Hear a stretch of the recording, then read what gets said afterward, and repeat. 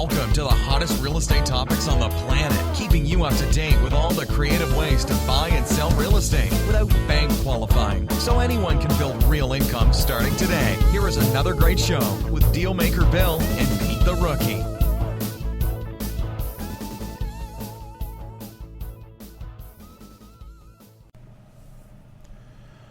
All right, here we are at another episode of Flipping Houses for Rookies, and I'm Bill the Dealmaker. And I'm Pete the Rookie. Pete the Rookie. That's right. Oh, boy. Go ahead. I don't care. You can call me anything you want. I don't care. I'm over it. You are? I'm over it. What happened? Doesn't matter. It doesn't matter. Doesn't matter. We're not going to talk about this. I am what I am, and I is what I is. Oh, okay. So basically, if we were kids, you're going to say, I don't know if I want to go on the toilet or not. I might want to keep my diapers on. Not at all.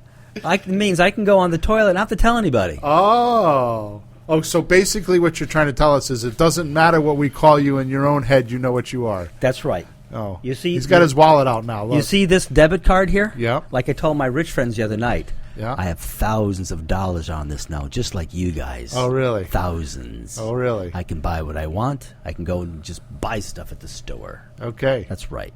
Perfect. You can buy lunch today. No problem. What do you want? You want, Bill? Do you want lobster or do you want a hot dog? Oh, well, you know which one I'm going to pick. Yeah. Tried to take this guy. I'm going to go for tube steak. Tried to. At least it's a beef hot dog. Beef hot dog. Is that what you're saying? Tell him I your tried story. to take this guy. We're in Milford, Connecticut. It's on the shore. You know, I'm thinking, this is in the summer. Like, let's go to some lobster shack, some clam shack, sit by the friggin' ocean, because you're working my butt off. Can I just have a little peace and quiet, a little bit of fun, and, you know, fake it that I'm actually doing something fun and I'm on vacation for an hour? No. He wanted to go to X store to get a hot So we're in the dog. lady's house, and we get ready to leave, right? We're in Milford, like you said, like right on the Long Island Sound. Beautiful house, beautiful territory. Yep. Go outside, seagulls, you know, sun, glasses, you know, put your shorts on type of weather, you know. Sand, Yeah. ocean.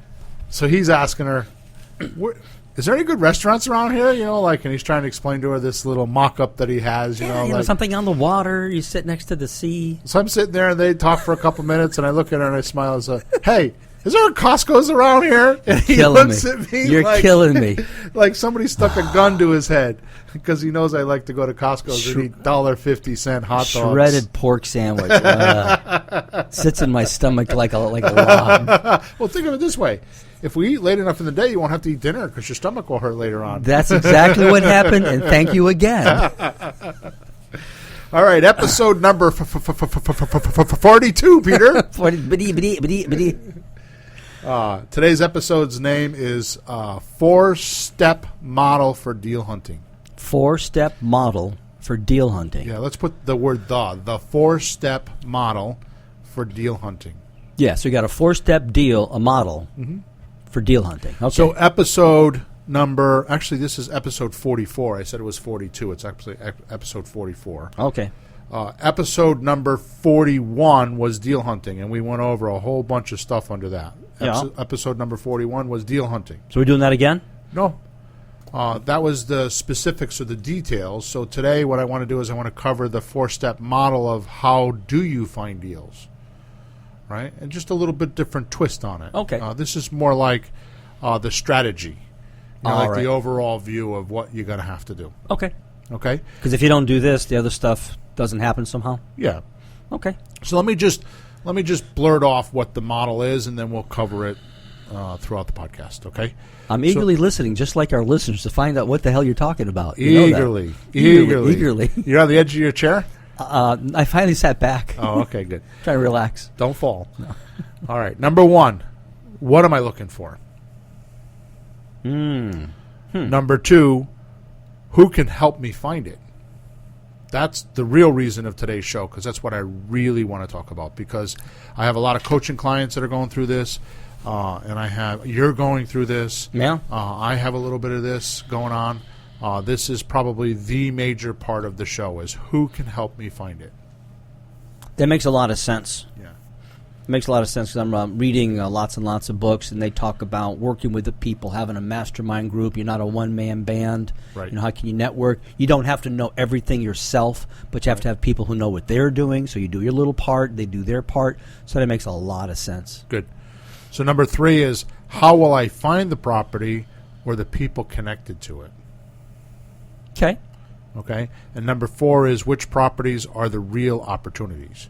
I'm actually reading this. It's a book that I read called The Millionaire Real Estate Investor, written by Gary Keller. I suggest you read it. It's a great book. It's called The Millionaire Real Estate Investor, written by Gary Keller. Well, that's a good title. Yeah. So, but I'm not gonna. The 4 topics, I have my own twist on it. Mm-hmm. I'm only using the topics that he provides. Yeah. I have my own. I'm not gonna give you his take on what am I looking for. No, that makes sense It's because much different. the principles involved are not going to vary. We're dealing with basic laws, Right. fundamental things like you have to know what you want to buy. Nobody made that up. Somebody figured it out, and it's not going to change. Right. But you have your twist on it, and I have my questions about it, and we need to talk about these things. Right. So this kind of follows along the criteria, the CTN a bit. Your criteria, your terms, and your network. Yeah, Okay, I was kind thinking of ahead. I think it was follows into that. yeah, it had that scent to it. Right. So the first thing you want to do is what am I looking for? Right. So that's kind of it seems obvious at face value, but when you start doing it, you're going to realize that there's certain things you just don't want. Okay. Now I'm gonna talk about this in a couple different manners. If you've been around, I mean, we're on show number 44. If you've been around us or me enough, you realize that there are 7 different ways that you can make offers. That's Okay? right. And That's we've right. explained those in great detail, many podcasts. If you don't know what I'm talking about and haven't seen my videos, then go to flippinghouses.club. Flippinghouses.club. There are 10 videos there for free, and you can get all kinds of stuff there. Okay? Yeah, because you have no idea this exists. You don't think it is possible for this to exist until you start studying and you find out there's other ways than buying the house like everybody else does. That's all you know. That's right. So what I have found, which also, by the way, while we're on the website, we've just added a new link on the website.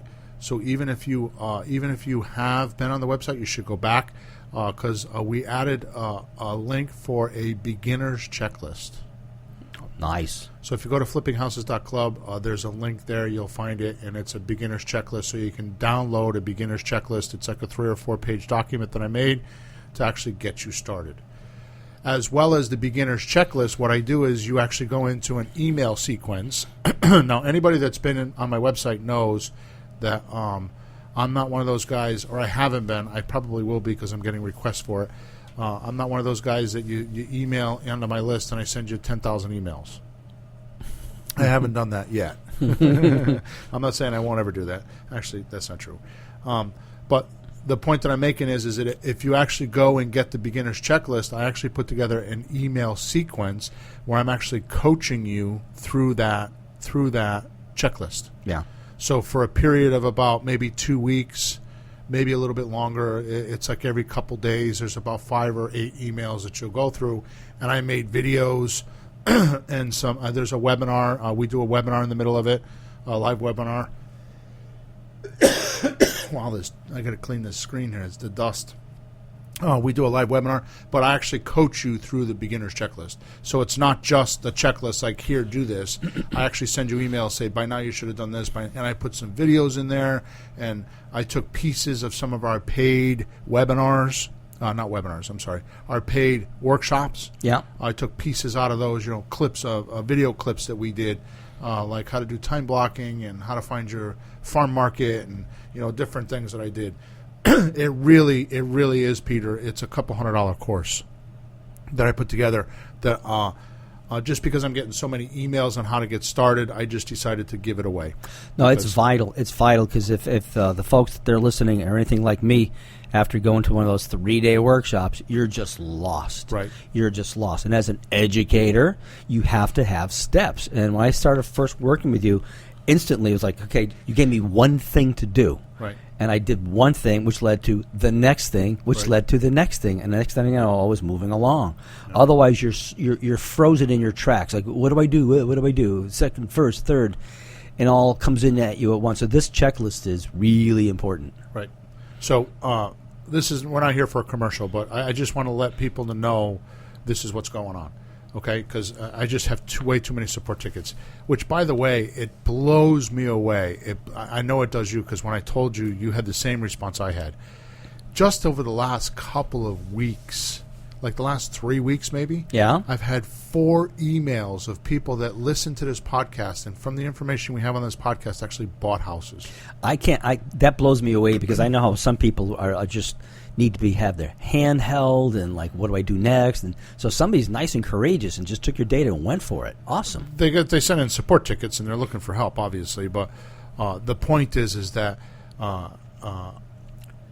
didn't realize how much help we're actually giving people until I started getting some of the feedback and the support tickets. And you can send a support ticket in. It's at the beginning of the show, the end of the show, but it's info@flippinghouses.club. So it's info@flippinghouses.club, and that's where I get my questions. I don't know. I'm a little bit nervous, because I'm spending a lot of time doing that these days.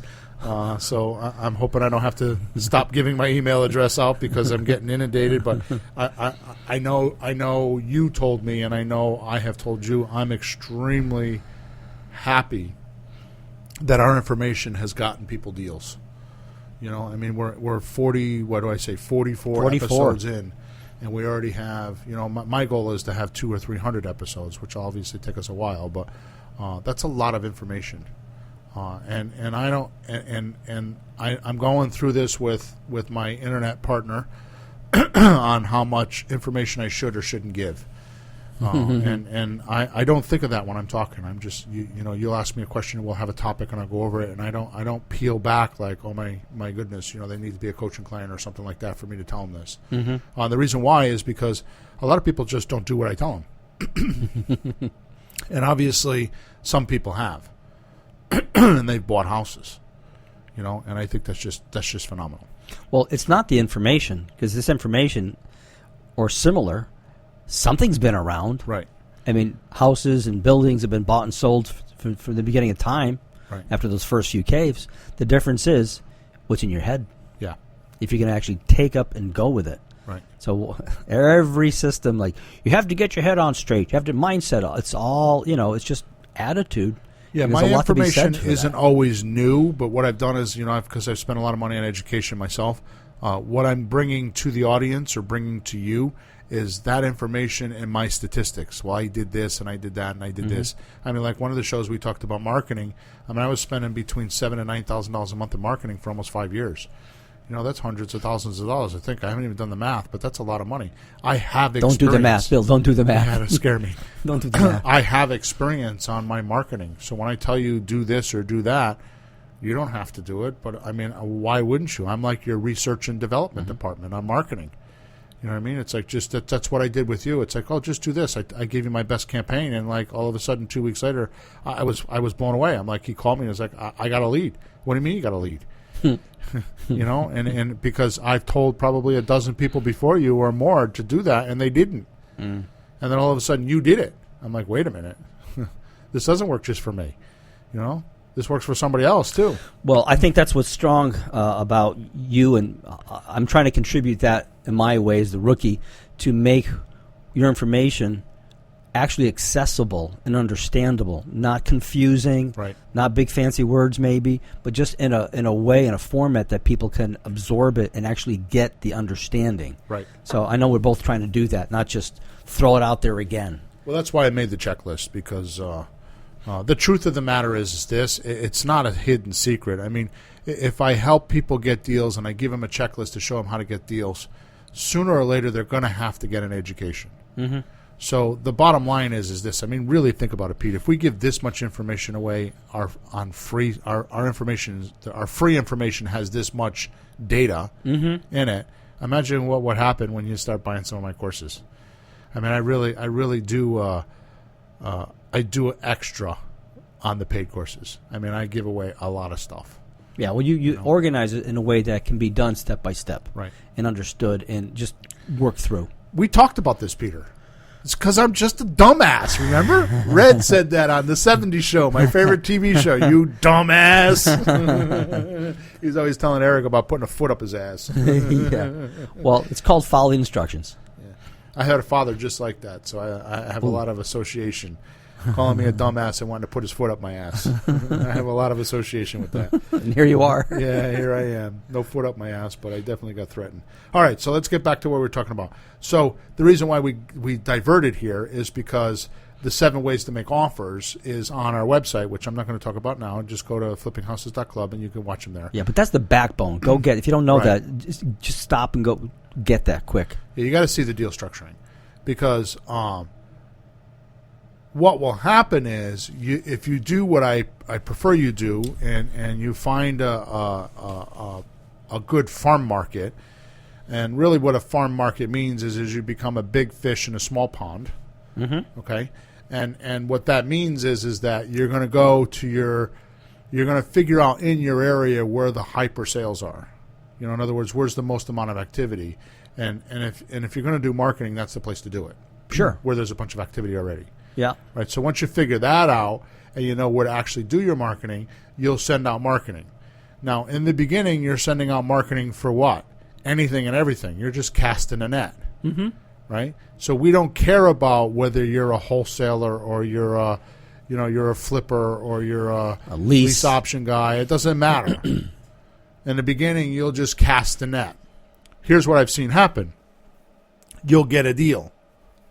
Like, for example, one of my first deals was a subject to. Well, once I did that deal, because remember what I told you, if there's 10 steps to a deal, your first deal you might get through like step 3. Sure. And then it'll blow up for whatever reason. Mm-hmm. And then the next time you'll get to step 5 or 6, and then it'll blow up. But each time you've gained that experience, so you know how to do that because you learn something from it. That's right. And you have to approach it that way too. Yeah. So the object is if you have enough deals, you don't have a deal scarcity, and you have enough deals on your desk that when that deal blows up, you can move on to the next one. Mm-hmm. And that's what I preach, because we're really not in the real estate business.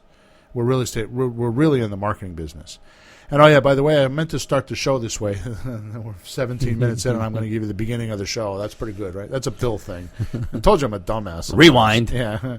I'm just joking. It's all in the editing. Yeah. When I call myself a dumbass, I'm not beating myself up. What I'm talking about is being a dumbass is somebody else has done it, and you just do what they tell you to do. And you don't think about it, you don't change it, you don't do nothing. You just do what that successful person did until you have enough information that you can change it yourself. Otherwise, you're a smartass. There you go. No, seriously. Yeah, you're right. You're educationally, it's not the technical term, but you're a smartass. You think you know everything, and I want to do it this way. And I see you struggle with your coaching clients when they don't follow the instructions, doing all this other stuff. They're going in circles, and you just dress them down. Yeah. But they get it, and then next thing you know, hey, I'm getting leads, Bill. Right. Hey, I found a property, Bill. Like, duh. Right. So, don't be a smartass. So, what I should have started the show with is that what I want most folks to realize is, and this is very important, some of the times I say things that seem simple, but I got to tell you, the simple things are what lasted the longest in my business, and have made me the most amount of money. So the simple things are vital. And you have to realize that there's an ocean of data out there. There's this. If every datum is a drop of water, there's an ocean of information, just in real estate. So sometimes that drop of water may not seem that important, but after you go through a lot of water and swim through a lot of drops, after a while you'll be like, "Gee, this drop keeps showing up," and so you start using that as like a senior datum. And then it becomes easier to think with. Yeah. You know what I mean? It's easier to organize the data in your head because there's senior datums that you can think with. Right? Yeah, the important stuff. Yeah. The really important stuff jumps out. So this is one of those important datums. Don't call yourself a real estate investor because a real estate investor insinuates that you have money and you want a return. Mm-hmm. Okay?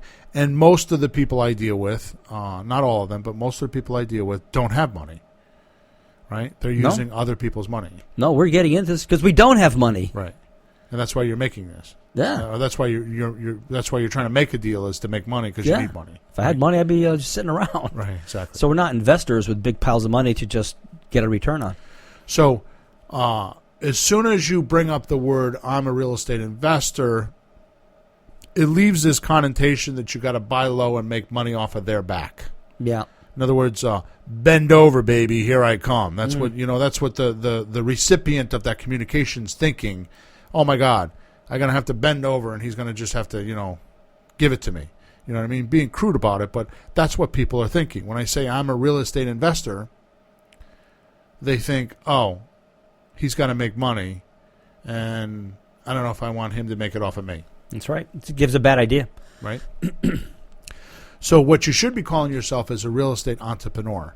Because what an entrepreneur does is they have available resources and they magically use them to the best benefit that each resource could be used. Mm-hmm. Right? So you're really a real estate entrepreneur. Mm-hmm. And like you so adroitly pointed out several months ago, we're professional home buyers. That's another way to put it. Yeah, I got that off your worksheets. Yeah, I understand, but yeah, because it's a better name. We might find a better name somewhere along the line, right? But it gives the wrong idea for people. But even if you say I'm a professional home buyer, that's not an investor.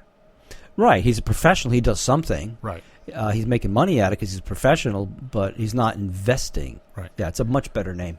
And honestly, if you just go watch my videos, those 10 videos that we were talking about, and just understand them, you too will become a professional home buyer.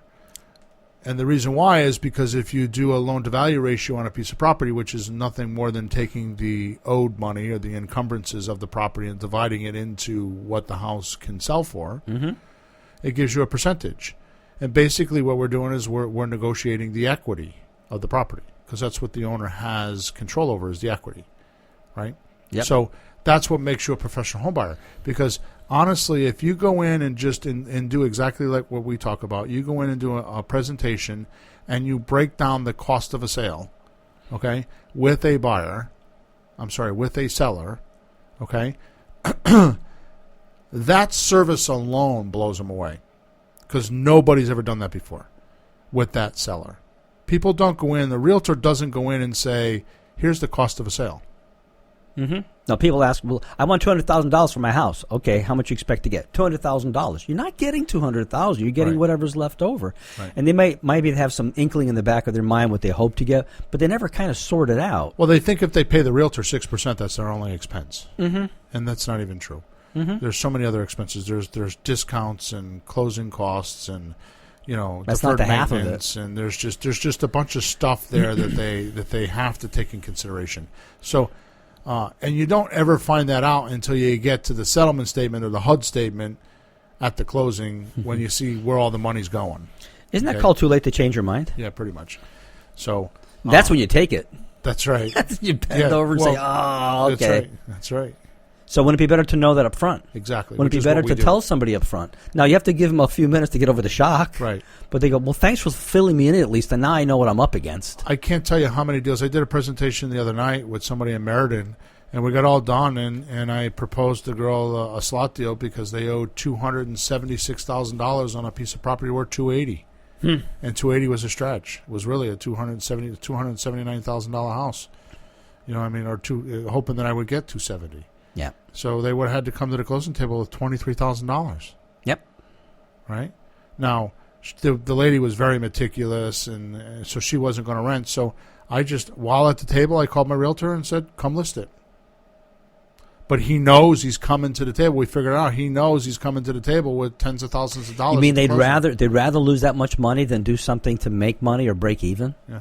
Wow. She didn't want to lose because she thought, the seller's wife thought it was more of a controlled cost than to have somebody live in the house and ruin the house. But she had a sister-in-law that did that, and they demolished the house, and she didn't want that to happen in her house. Was that a lease or was that a rent? It was a rent. Yeah. There's a Well, difference. it is, but she couldn't get past it. But my point is we sat there for 90 minutes and we completely helped them with an action plan of how they were going to sell their house. I gave them one of my resources or a couple of my resources, my attorney, and they're all set. You know, I mean, he had a realtor had it on the market for 12 months or 13 months, and they couldn't sell it. The first question I asked was, how many houses did that realtor sell before you hired him? He goes, I don't know. I'm like, well, you didn't hire the right realtor. Because I'm going to tell you right now, an average realtor sells between 8 and 12 houses a year. That's a good realtor. The realtor I turned him on to did 71 last year in the area that he's in. Yeah, she's up there. You know, so that's a big difference. You know, she's got a team. They're there. They mean business. That house is going to get marketed. And the house is gorgeous. I mean, I don't even think you could wash the floor in this house. I mean, the house was stunning, gorgeous. So, but my point is, we helped that person. Yeah. Right? So what do you think happened? I told her, you know, because I go through this in my presentation. I said to her, you know, whether we buy your house or not is okay with me because I know I have to do this so many times a week or a month to buy a house. Yeah. So if you're the person, then hooray. If you're not, I was very glad to see their house. I was. Yeah. They had a gorgeous house. They were awesome people. We part as friends. Yep. So before we leave, I need cards because my brother-in-law is looking to sell a house and my nephew's looking to sell a house. Wow. So, I mean, if you do the presentation correctly and you do what I'm talking about, it'll be word of mouth. Something good will happen. Because we are delivering something as a professional home buyer that nobody else is doing. We're on the side of the seller. See, the sad thing about somebody that sells a house, there's nobody on their side. Everybody wants something from them. And I'm not being derogatory and I'm not beating anybody up. It sounds like it. But the realtor wants their commission. The attorney wants their commission. The closing people want all their commission. The person that's selling the house wants their money. The inspector wants his money. Everybody's in it for the money. And don't get me wrong, we're in it for the money too, but who comes along and actually helps them with a very unbiased opinion? Because my only thing, the way I buy houses is solve a problem. So if I solve the problem the problem is usually something that's puts a house in the way. It's like the house is there, and it's creating a problem. So if you solve the problem, the house goes away, which is what they want. Mm-hmm. Yeah, you can't imagine that, but I've been in houses like, gee, this house, I have to go to Phoenix, and I got my own house, and it needs renovation. I don't have time for this. Right. And would you please buy my house? I've seen it, and you won't believe it. A house is an asset. Sometimes it's a problem for people. Right. And if I can throw this in, you're saying it, but I want people to really get the idea, because when us rookies start, we think, real estate, I can make a bunch of money from me. Yeah. Me. And I've told people on the phone, I have to find a way to help you. If I can't help you with whatever you're doing with your home, you won't sell it to me. I have to find out what you need first, and I will do that. I'll work with you. And if I can help you, I will. If not, I'll leave. But you have to get in your head that stop thinking about you for a minute. Right. And see how you can help the other person, because they will let you help them, and then you get a deal. Well, the magic is that's why we got 7 offers to make, because any one of the offers, depending on their loan-to-value ratio or how much equity they have in the house, we can help them. Any one of the 7 deals. Right. Okay, so we're way diverted, and we're half an hour in. All interesting stuff, though, Bill. Yeah, it's good. So what am I looking for comes down to you'll do your first deal, one of the 7 deals. Like I did a subject to deal, and I understood it. So I went through the 1 through 10 steps I talk about, the analogy of 1 through 10 steps, and I actually figured out how to do it. And I actually got a deal. You made it. So now because I know that, what do I start looking for? Well, you might as well do that because you know how to do it. It worked. Right. So I ended up doing like 30-some-odd deals subject to. Okay, the presentation got really good, the paperwork got good, and I ended up with a bunch of houses. Mm-hmm. Okay? Now think about this. Subject to, I ended up with over $1 million worth of houses in less than a year in my name. No money. No money. The only money I spent was a little bit of marketing. Back then I just used signs, and I bought an answering service. This was before I hooked up with my partner. Right. Right? Oh, yeah. No private money. Nothing. Yeah. Actually, no. That's how I ended up hooking up with my partner because there was some of them started to need some renovation. Mm-hmm. So I needed 10 or 20 grand to do some work to get them sold. But that's how I got started with him. Okay. That right there, just sending out your marketing and doing one deal will help you figure out what am I looking for, which is the first step. Because you'll say, what am I looking for? Well, I'm looking for somebody that will be willing to do a subject to deal, which means putting the deed in my name and the mortgage stays in the seller's name. Go watch the video. I don't want to explain that now because it could be 20 more minutes just explaining that. But yep. I did a bunch of those deals, right? So I became the subject to expert by virtue of just doing enough deals. You see what I'm saying? Well, it's better to be good at one thing than a hack at 3 or 4 things. Right. And then the interesting thing is because I was selling them on lease options, I became real good at lease options, selling the houses. So now when it came time for me to buy them, it was like real easy because I had been selling them on lease options. So now when I'm buying them, I just reverse the flow. Well, here's what I can do because I had already started doing it. So all I'm saying is what am I looking for? Obviously, it's your first deal, but what you're looking for, and we're going to go over this in a few minutes, but what you're looking for is I talk about in the marketing all the time, you're looking to do a message to market match. So what you're looking for is a situation like divorce or like paying 2 mortgages or a burned out landlord or any one of those scenarios, okay? And there's many more. I'm looking to downsize. I want to retire, moving out of the area. Relocating, yeah. These are all situations that you got to go. I mean, I had a guy one time moving to Canada.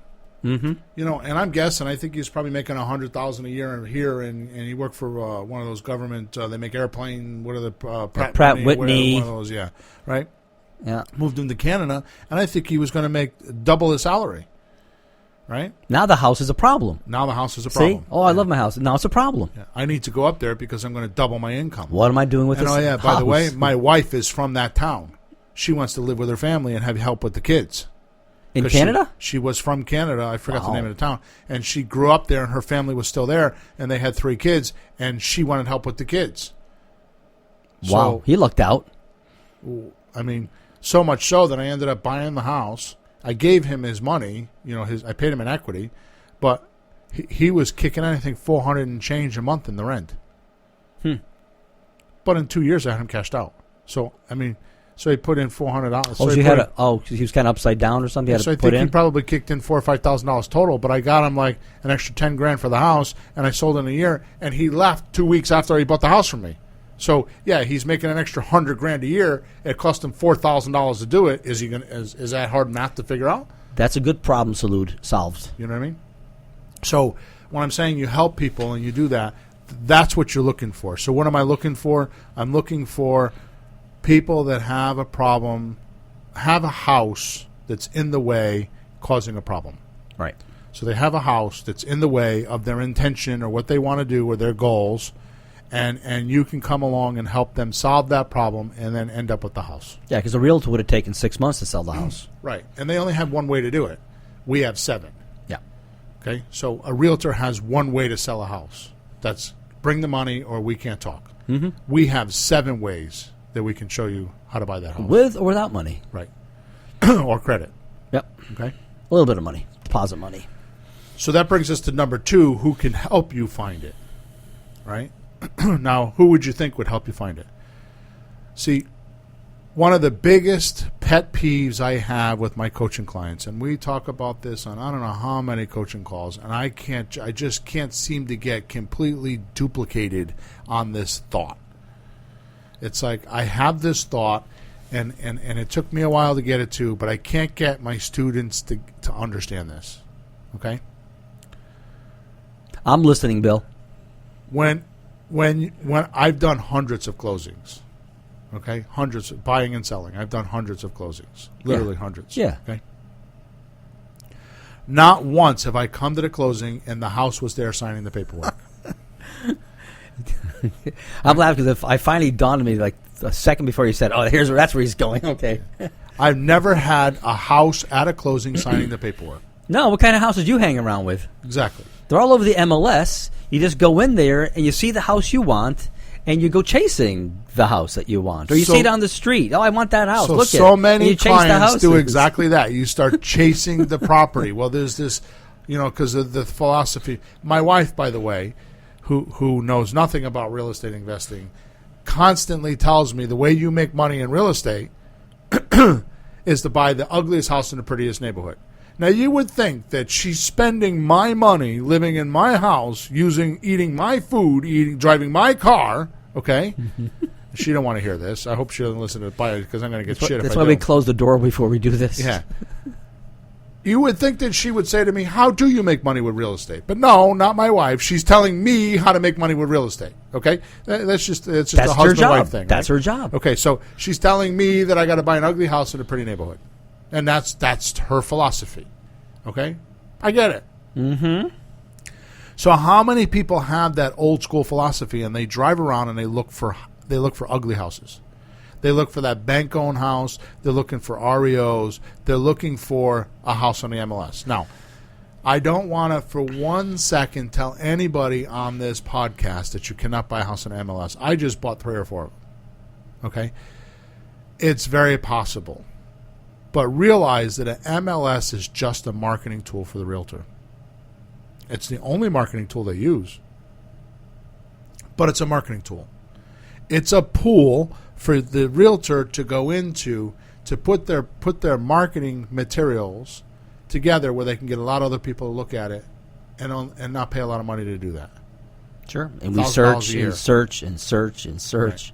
We do the work. Right. The home buyer people, though, I'm going to buy a home. Search and search and search. So how many times I have students that tell me that they're behind their computer and my daughter sends me. Well, I stopped doing it now, but she sends me links to houses that she thinks are good deals. Okay. Now, granted, they may be. Okay, but pay attention to what I just said. I want to summarize this real easy. The house is a good deal. The house is a good deal. It is not coming to the closing to sign the deed. The owner is. So if the owner is not motivated, or if the owner is a bank and they could give 2 shits, and people tell me all the time about how the bank needs to sell these REO properties because they're stuck with them, that's a lie. Oh, the poor starving bank. Yeah. Read the book. What is the name of the book? Jekyll Island. Read that book and then call me back. Yeah. It's exactly how the banks are ripping us off every single day. We pay the banks. They are ripping us off. It's the biggest crime in the country. They wouldn't do that. They're regulated by the government. No. Yeah. The other criminals of the country. Well, pretty soon we're going to have CIA agents coming over here and knocking on our door, right? But I'm telling you, read that book. You'll realize that, little glasses on and a black car, like the Blues Brothers. Is your name? I'm looking Is for this Mr. William Herbert Hawthorne? Hawthorne? Who sent you? My mother? She's the only one who uses my middle name. William Herbert, get over here. Anyways, so you're going to realize that the banks don't need to sell the properties like you think they do. What the banks are doing is they're making extra money. It's a complete different profit center for them because they already got paid for those houses a long time ago. So all it is so they're greedy sons of bitches, and they're trying to make more money by doing this. Okay, so they don't need to sell those houses. Okay, now once in a while you might get a house because their ratios, their 8-to-1 ratio or their 10-to-1 ratios off, and they have to balance their books, so they'll just dump a couple houses and you'll be in the right place. What's the ratio? It's usually 10-to-1. So What are they measuring? yeah, I shouldn't have said anything. Sorry. What ratio? Yeah. Is it like a financial ratio? Yeah. Loans to It's foreclosures? It's the federal government's. For every loan that they can, for every 100 loans, they can't have more than 10 defaults. Let's just leave it at that. Yeah. Okay. That's a ratio of. Read the book. Yeah. Read that book, Woo. Jekyll Island or whatever it's called, and it's on Amazon. Yeah. You should read it. I'm telling you, if you never read anything, that's an eye opener. There was a secret meeting on the island. What was the other one? Bruce Wiseman's book. I know him, but I haven't seen his book. But it's all over Facebook. Did you send me a link a little while ago? Economy by Design or Disaster by Design or something like that. Uh-huh. Bruce Wiseman. Bruce Just look up Wiseman. Bruce Wiseman and you'll find him. That's another good The one. dribs and drabs are eking out on the internet, though, Yes. so it's not a secret. But it still persists. People know they still persist. We can't stop it. Yeah. Stop it. All right, so who can help me find it is not always the realtor. That's what my point is. Okay. Now, realtors do have access to MLS, but not all realtors are equal. So I just had a student I was sitting with, a realtor who does they do have a whole REO department. So Right. it used to be the banks would hire a realtor just to sell their properties. They had a realtor just doing that, and it was relationships. Okay, but nowadays with the electronic world, they don't have to do that. So just to explain this easily, I'm going to talk about the car business. Okay. Okay, so here you have a new car dealer that does 100 cars a month. He sells 100 cars a month. Okay, new cars. All right. Out of that, he might take in 20 trades. Okay, he'll take in 20 trades. Okay, just for numbers, made Sure. up numbers. Used to be he would have a used car salesman that would have wholesalers or other dealerships come in and buy those cars. Okay? Yeah, sounds right. So there's too much skullduggery there because the manager could be taking cash under the table. You know, I'll sell you this car for $10,000, but you got to give me $1,000 under the table because it's a $14,000 car. Okay, so there would be dishonesty there. No. So yeah, not in the car business. No. Right? So what happened is this little thing came along called the auctions. So nowadays it's all computerized. So the auction comes in and says, "We'll handle all your trades." What does that mean? That means we'll come to your facility. You give us the car, and it's got all the VIN number and mileage and all that stuff on it. We'll bring it to the auction. We'll clean it, prep it, and sell it. And everything's documented. All the VIN numbers, the mileage, what they sold it for, who they sold it for, everything is completely documented. Damn computers. Do you see what I'm saying? Yeah. So there's no room. So now the owner of the dealership's going to be like, yeah, I'll do that because I know my manager's, if he's taking $100 or $100,000, I don't know. And he's got all these relationships, and I don't need him as an employee. Oh, they don't even need the guy anymore. Well, they're not going to need him to No. sell the cars. Yeah. It's like it takes away a whole position in the dealership, and it just makes it easier. Okay? That same exact concept works for banks. So now what they do is they have their own HUD site. They have this management company, which now I think is BLB, which they also use BLM in Connecticut, so there's all these little different names, right? Used to use Sage. Now Sage is gone because they did such a horrible job. So they got this management company, and it's all computerized. And they're taking care of the properties themselves? Yeah.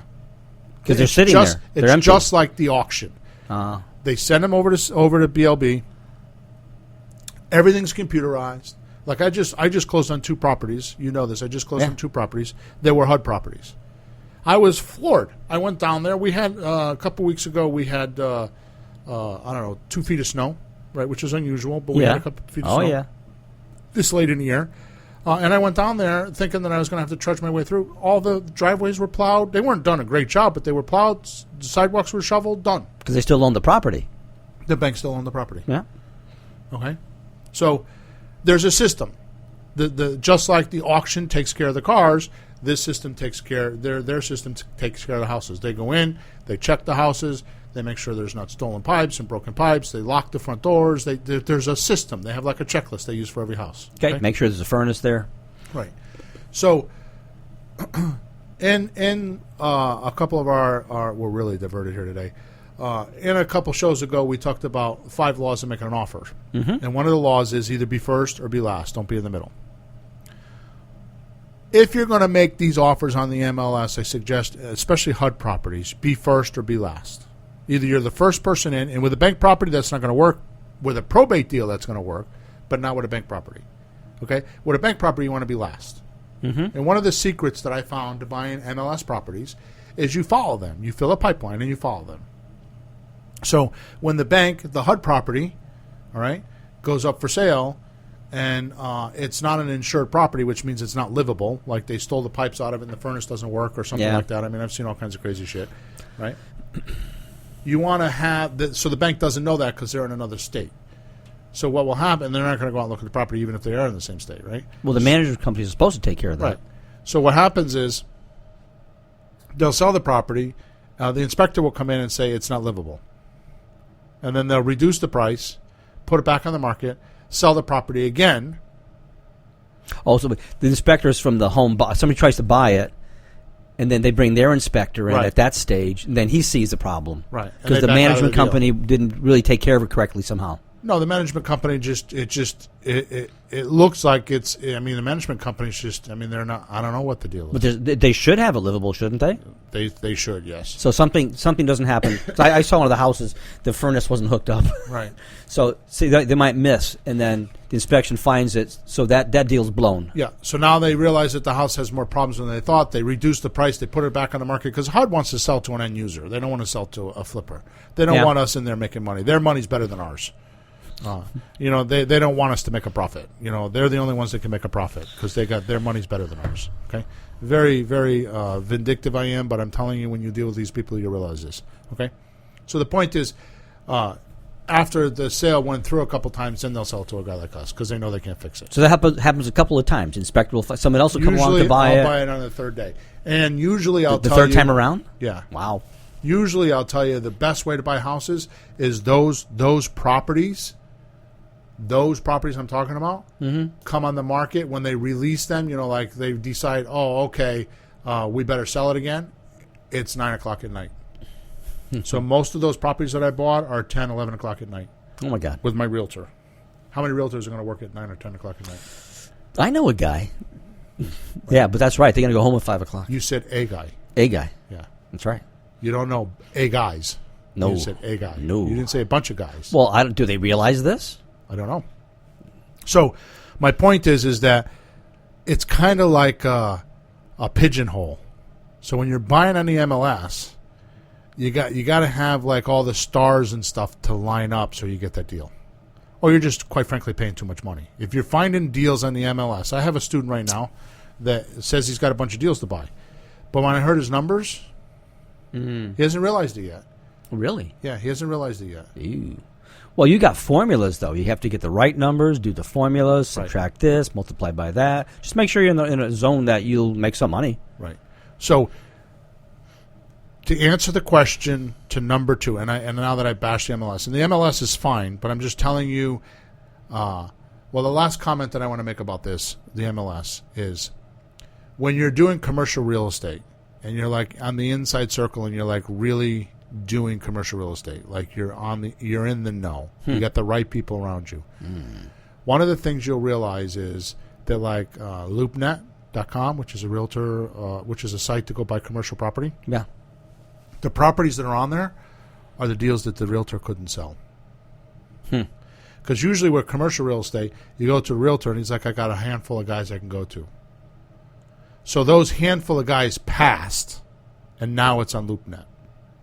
Oh, I got you. So it's like a pocket deal of some kind where Right. they just go right to their guys to sell it directly, and if they don't want it, they just throw it on LoopNet. Right. So you get the leftovers. So basically, to me, the MLS are leftovers. That's what I feel like. It's leftovers. It's because people couldn't find me or find you. That's basically Oh, what I'm I got saying. you. Okay? In our situation with the houses. So what we do when we're doing our direct mail and our marketing is we get before the realtor, Oh, yeah. right? And that's what we do. We're way early, okay? So what am I looking for? I'm going to tell you exactly what I'm looking for, and this is one of those drops in the sea. I'm going to tell you exactly what you're looking for, and when you figure this out, your life will change, okay? I'm listening. You're looking for a motivated seller. So the first step to the formula that you need to have success, that word didn't come out at all. I don't even know where that came from. The first thing you need to do to have success is you need to communicate to a motivated seller. Okay? You don't need to communicate to a motivated house, which is a dilapidated house. Now, maybe that works. I'm just telling you, you will work 5, 10, 20 times harder for that profit. Okay? If you communicate to a motivated seller, like we were talking about before, my guy that had to go move to Canada on the lease option, he was a motivated seller. If you communicate to that guy, then you're good. Yep. So you got to find that guy. And of course, that's all the stuff that we talk about. That's how we do workshops. I show you how to do all that. Go to flippinghouses.club. I got a bunch of stuff there that help you with that. Okay, it's not. I'm sorry to do that, but this radio show is not, or this podcast is not long enough for us to even consider doing that because there's just so much involved. Not so much involved, but there's just some theory and there's just certain ways to do that. Mm-hmm. But you want to communicate to a motivated seller. Okay. Step number 3: how will I find a property or people connected to it? So how will I find the property or the people connected to it? By doing what I'm talking about, by doing direct mail, and we do signs and all that kind of stuff, we're actually extracting lists of owners of properties that have problems. Right. So, you're going straight to the owner. You're not seeing a vacant house and wondering how to find the guy. You're going straight to the guy. Right. And these aren't necessary. These could be anything. This could be a house that's in distress or a beautiful house. Right. Right? Yeah, most of the houses I buy are pretty houses. Lately, I've been buying ugly houses, but most of my houses are pretty houses. Yeah. All right, they're, you drive down the road, you had no idea there's a situation. Now pay attention to what I just said. You drive down the road, you see an ugly house, and you hone in. Well, everybody can see that ugly house. Yeah. You can't see that house where the husband's moved out and there's an ugly divorce. Can't see that house. So is this why you have a better profit level per house that you do when you do rehab? Yes. Because I know your number. I'm not going to share it, but your number is about 50% or double profit per house as what I've been told. The average is, you can make maybe $15,000, $20,000 profit on a flip. You do better than that. I do. Because you're not paying too much. You're not dealing with somebody, the leftovers. You're finding the right houses, and they're motivated. So, again, you're not ripping them off, but you're just finding something that needs to be purchased a certain way. Right. Well, look at the house we bought in Newington. I mean, Yeah. one of the big things for her, she was 74 years old, didn't want to clean the house out. Yeah. Which they ended up doing anyways, but they want to clean No, they left that attic pretty full. We were surprised. Hey, look, they took most of it. Then we opened the attic. What? Yeah. That dumpster got filled anyways. Yeah, but she lived out of state. She lived 100 miles away. Yep. So it was a real problem. It was a pain. I mean, hire somebody to do that for you. Yep. Well, we did. So we got money, in a sense, by doing that. Right. Not just the house. We did that. We did all kinds of things to help her out. So I just thought of something. Yes? Here's what I thought of. The day you buy a house, right? We talked about this last week. Mm-hmm. Ron LeGrand says this. The day you buy the house, you should have free equity or soon thereafter. Yeah. Yeah. So when I'm buying a house, if I'm not getting equity or free equity, and I don't just mean free because I'm paying for it, but if I don't get free equity, Mm-hmm. then I don't buy it. Even a slot deal where there's no equity, I make the equity. So Sure. I either get it the day I buy it or soon after. Mm-hmm. Okay? So that's what you want. Yeah, that makes sense. I've talked to various people that I know that they bought houses, and they have 5 houses. It took them 30 years. 20% down, a bank loan, then they bought another one. I mean, that's okay for a retirement strategy, but not for a business. Not if you want to have a cranking business. Right. So this is a different strategy to do more houses more often with better rates. Right. Okay? Better So numbers. how will I find the property or the people connected to it? Well, first of all, the people connected to it are on the deed. Hmm. So one of the questions we ask when they call is whose name's on the deed. Yeah. Right. The reason why we're asking that question is because that's who needs to be in the meeting when we make the offer. Not my brother, not my uncle, not my sister. And I'll transfer it to them. Yeah. Or translate it to them. Yeah. Right. So what I'm telling you is the way you are going to make money in this business. Absolutely, positively, the only way you are going to make any money and a lot of money is to match your message to your market. So know who your market is. Go back to number 1. Who am I looking for? Know who your criteria is and talk to them the right way. And then you will find out who you need to talk to. I mean, you'll find out who the people are that are connected to the property. Mm-hmm. Because if you send a message to the right market and you get in the conversation in their head already, you win. I mean, my example is you get a crowd of people like Woodstock. They're there for 3 days, and they have no food. Tell me about it. Right? 3 hot dogs, 4 buns, and half a jug of water, and 4 friends. Yeah. 3 days. Well, yeah. Right? Stand up on that stage and say you got hot dogs for $50 a piece. Or granola. Okay, whatever. My point is Sure. that they're not going to When be you're asking, hungry. what is it made out of? Is it organic? Is it, this? Is all it beef? No, Yeah. it's just food. Yeah.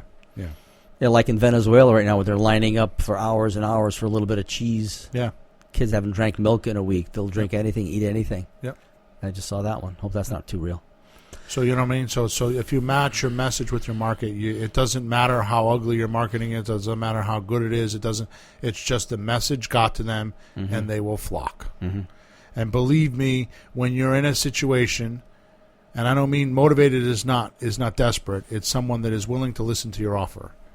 Right? They're motivated because the only thing a seller wants is an offer. He doesn't want to sell you the house. Not till he hears the offer, because he needs to make sure it aligns with what his special needs are. Once he hears the offer, then yes, he wants to buy it. Once he likes it and says, yes, I'll do that, then yes, then they'll move forward. Well, he's got to be thinking, I want to hear some offers to Right. see what the best one's going to be. Right. But when you do the presentation correctly, he really has an idea what it really should be, Right. and then he'll know what you're telling him is real. Right. Then the last one is number 4, which properties are the real opportunities? As far as I'm concerned, the real opportunities are the ones that have the more equity. The most amount of equity, the better the deal is. Like, for example, we can do a free and clear house, right? And it's a $230,000 or $240,000 house. We can order $260,000 or $270,000. Like I talk about my deal all the time, where I buy a $240,000 house, I pay $260,000 for it, right? I sell it for $260,000 and I make $84,000. How do I do that? I did that in terms. I did that because I paid $1,000 a month on principal-only payments, and I got a principal reduction of $1,000 every time I made a payment. I lease optioned the house to my lessee. My lessee pays me a lease. I take the money from the lease. Say it's $1,800 a month. I pay the taxes, I pay the insurance, and I pay the owner of the house that I bought the house from $1,000. So my renter's giving me the money, right? I then pay the mortgage, and I get a $1,000 principal reduction. So if I pay $1,000 a month from my renter for 5 years at 60 payments, I just reduced my principal by $60,000. Can't do that with your mortgage payment with so much interest in it, but you do principal only, Right. it's coming down fast. That's huge. So my point is that when you're looking for a deal, the best deals are the ones with the most amount of equity. Those are the most profitable ones. Okay? But you can still do deals that have no equity. You just have to make the equity, and that's a slot deal. And I explain that in the videos on flippinghouses.club.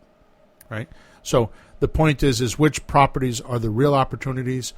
The properties with real opportunities are the ones where you can get active income, passive income, and net worth. Okay? When you can get all 3 of those incomes put together on one piece of property, they are the best deals. But I measure everything by time. Like a rehab, I got to get $30,000, $40,000, $50,000 for a rehab because it takes too much of my time. But a slot deal, if I could do a slot deal and it only takes me a couple weeks to do it, I make $5,000. Who cares? Sure. Just a couple weeks, I'm just moving paperwork around. That's it. Yeah, it's like return for your hours, so Right. sure. So when you're looking at deals, don't spend too much on the slot deal and don't expect not to spend much time on the rehab, but you'll make the money, so it's worth it. Right. I get it. Yeah. So it's time versus value. Good. Right. Sure. So when I'm looking at deals, I'm looking at that. Right. And sometimes I make the money on active income. Sometimes which is I work for it now and I get paid. Like a rehab? Yeah, or even a lease option, that'll be my deposit money. Yeah. Or your passive income will be like I'm making $400 a month and positive cash flow, and I got a 24-month contract, so $400 a month is $4,800 on 2 years. Okay, that's like almost $10,000. But all I have to do is just pass a check. It's an hour a month, and I can have that, right? And then of course your net worth is how much equity can I build in the property. What added value am I bringing to the property? Sometimes I bring added value like I can renovate the house. Sometimes I bring added value like I can bring terms to the deal. So somebody that can't qualify for a mortgage, I can help them. So that's the added value I bring. Sometimes I bring added value of I just have a buyer in my pocket, and I can do it quick. Added value could be I owe $100,000 on a $100,000 piece of property, and I don't want to come out of my pocket like the guy I was just telling you about that I had the other night. I don't want to come out of my pocket with the $20,000. The added value is you don't have to come out of your pocket with $20,000. I'll get you out. So there's always added value. Right. So at the end of the day, that's what you're looking for: is what added value can you bring to the deal? That makes total sense because you're helping that person. Then you wind up getting your fair share of the deal that way as well. Yeah, the added value you're bringing to the deal usually solves their problem.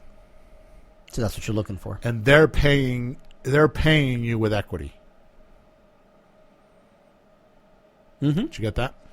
Yeah, because they can use that. I mean, they don't have anything else but their equity to pay you. Right. So a person has a problem with a house. Mm-hmm. I'm moving to Canada, and I got to leave next month. Mm-hmm. Okay? The added value you bring to the house, what I brought to the table was, I'll take over your payments. I'll take care of the house. I'll find the buyer. Okay? And I'll send you a check in a year or 2 or 3 when it cashes out, a delayed cash out. Mm-hmm. Okay? He gives me the house.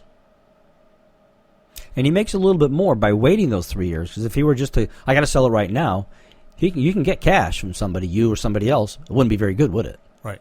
So by waiting, you make more. Right. So it's worth it to somebody. But that's part of the deal. That's I don't want to wait. Well, I'll give you a little more. Oh, okay then. How much more? Okay, that much. Okay, I'll do that. No, Well, they already invested the money in the house, so now you're making their investment work even more for them. Yeah. Because if they were to take the cash out, what would they do with it? That's a whole other conversation. Well, yeah. But I look at it really simple. There's an opposite on this. The faster you get the money, the less you're going to get. Yeah. If you're willing to wait, you get a little bit more. That's how does a bank make money? They wait 30 years. Look at all the money they wait. Right. So if you have a house to sell, maybe you can wait 4, 5, 6, 7, 10 years and make some money instead of sell it right now and get less. Right. If you need it, that's another story. But if you don't need it, why not wait and make more? That's right. People go out of their way to buy a house as an investment. You already have one. Hang on to it. Use it as a tool to make more money. Yeah, leverage it. Yep. So, in summary, to end today's show, okay, here's what happens. The seller has a problem. It includes a house. You come and bring your added value to solve that problem. In exchange for solving that problem for the seller, they give you either equity or cash flow to make your money. So they're either paying you with equity or they're paying you with cash flow or both. But they say, I have a problem, right? So you cast your net out with your marketing. Say, hey, anybody have a problem? They raise their hand and say, yeah, I have a problem. How does this work? You say, here's what I can do, your added value. And they say, yeah, okay. And you buy the house. And they pay you with either equity or the cash flow that you're going to make. And that's the simplicity of it. I shut up through all that because it was really good. Yeah. Yeah, that's totally it. So that's like your mission statement. That's like what we do. We find a buyer. I'm sorry, I'm backwards today with this. We find a seller, has a problem. We offer a solution, which is our added value. He pays us to do that, to execute that solution, either in equity or cash flow or both. That's really it. It takes a lot to get that through our thick skulls, though. Yeah. But that's really it. Yeah. Because if he doesn't do that, what's his alternative? Right. Well, he's doing the same thing with a realtor, right? It's just that we're usually, we have 7 offers that we can give him instead of 1. Well, if he can't wait, sometimes we're the buyer and we just buy it. Right. Okay, Peter? Yes, I liked it. How was that? I liked it, Bill. 4-step model for deal hunting. I like it, Bill. Yeah. 4 steps are: what am I looking for? Who can help me find it? How will I find the property or the people connected to it? And which properties are the real opportunities? And when you answer those 4 questions, you're on your way to finding deals. It's all part of the puzzle. Yeah. Nice. Okay. So flippinghouses.club, flippinghouses.club, not .com, .club. Club. You can go there. We have the 10 videos that you can sign up for, and they're free. We've just added the beginner's checklist, so you should be able to get that and some coaching from me for free. Okay, it's done by email, but it's some coaching from me. And then If you have direct questions, you can go to info@flippinghouses.club. Info@flippinghouses.club, and I answer those emails. I'm telling you right now that I don't answer them the same day. I used to, but not anymore. Often what will happen is it'll take me a couple days because I've got so much going on that it takes me a few days. Sometimes I got to do it nights and get up early in the morning or on the weekends, but I do get to all of them. And it is me doing it. I could do it quicker, but then you would end up with a support person and maybe not enough information. Mm-hmm. So I think most people, I'm being arrogant, but I'm thinking most people would probably wait a day or two for me to answer the email. So I would think that anyways. This is the case. This is true. Yes. Totally true. Okay, till next week, Peter. Have a good week.